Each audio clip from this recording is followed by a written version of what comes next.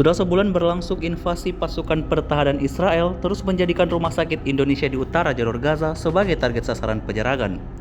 Saat ini kendaraan-kendaraan lapis baja Israel mengepung rumah sakit Indonesia itu. Hal itu diungkapkan oleh seorang jurnalis yang berbasis di Gaza, yang bernama Ismail Al-Gaul, yang melaporkan kepada Al Jazeera. Ia pun mengatakan kondisi di satu di antara rumah sakit terbesar di jalur Gaza itu tampak kacau balau. Israel menyebut di dalam rumah sakit Gaza terdapat 6.000 orang termasuk staf medis, pasien, dan para pengungsi yang berlindung. Oleh karena itu sulit untuk memobilisasi pasien dari Gaza Utara karena Israel akan menargetkan siapa saja yang mendekati wilayah tersebut. Sementara Kementerian Kesehatan Palestina Ashraf Al-Qudra melaporkan ada 12 warga tewas dan puluhan orang lainnya terluka dalam insiden ini. Dikutip Tribun News dari AFP, Qudra menyebutkan sekitar 700 orang masih terjebak dalam rumah sakit Indonesia di utara jalur Gaza yang masih terkepung oleh Israel.